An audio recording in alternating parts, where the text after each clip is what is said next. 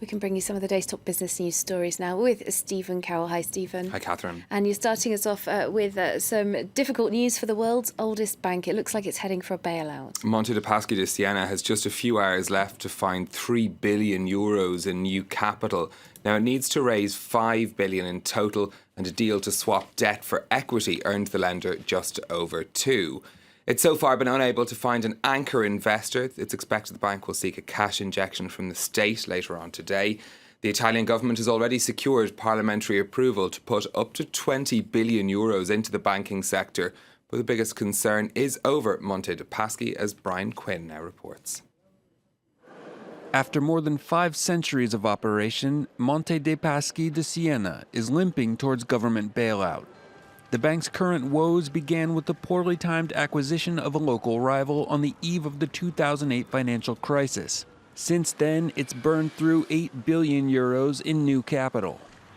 This summer, the European Central Bank listed Monte Paschi as the weakest among 51 banks who underwent stress tests. It needs to inject €5 billion by year-end or risk being wound down by EU regulators. To do so, the bank has been trying, without success, to raise private funds. A €5 billion rescue plan led by JP Morgan fell apart Wednesday. A debt-for-equity swap with bondholders has raised just over $2 billion, far short of what's needed. That will almost certainly bring in the Italian government, who on Wednesday approved €20 billion in government borrowing to shore up the country's troubled banks. Monte Paschi is just the worst example in an Italian banking sector bending under €360 billion in bad debt after years of economic underperformance. Its shares have fallen 86% in the past year alone. Italian banks on average have halved in value. Under EU rules, a bailout by the Italian government means that thousands of private investors holding over €2 billion in bonds issued by the bank could take losses on the debt.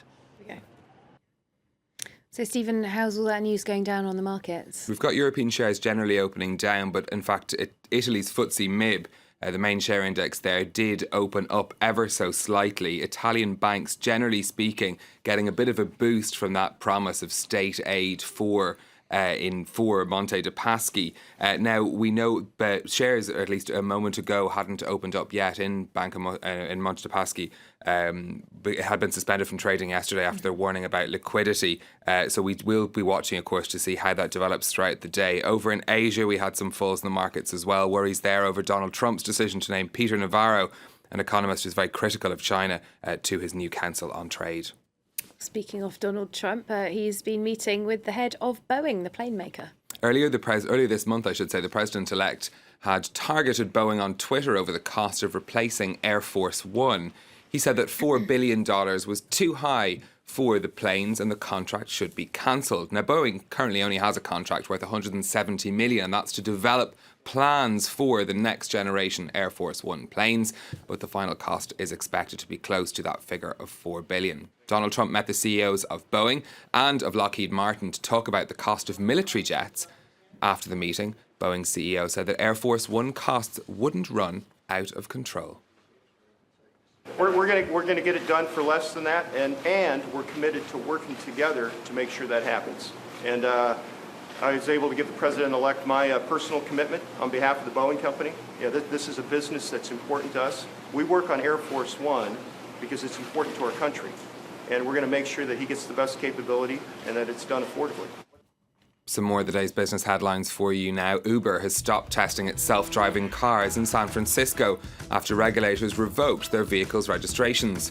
Users of the ride-hailing app in the city had been offered the option of a self-driving car in recent weeks. The company argues since there was a backup driver in all of the cars, they didn't need a special permit. But the service was withdrawn after Uber was threatened with legal action by the Department of Motor Vehicles. US authorities have put the Chinese e-commerce giant ALIBABA back on a blacklist of markets known for selling counterfeit goods. ALIBABA had been taken off the list 4 years ago, but trade regulators say the firm's not doing enough to curb sales of fake goods on its platforms. The decision doesn't carry a penalty for the company, but it says it's disappointed by the move. And Air France has a pilot strike at its low-cost arm TRANSAVIA. Won't affect flight schedules. Around 20 pilots have planned to walk off the job tomorrow in a dispute over pay. their action set to continue until Monday. Now, it is that time of year when many families get together, gather under one roof. It usually means quite a lot of travel, but according to new figures from the United States, quite a lot of young people don't have very far at all to go. And that's because 40% of under 35s in America live with their parents, that according to figures from 2015. Now, that's the highest level in 75 years for that age group of 18 to 34-year-olds. It's also bucking the unusual trend that as the economy improves, young people tend to normally move out on their own.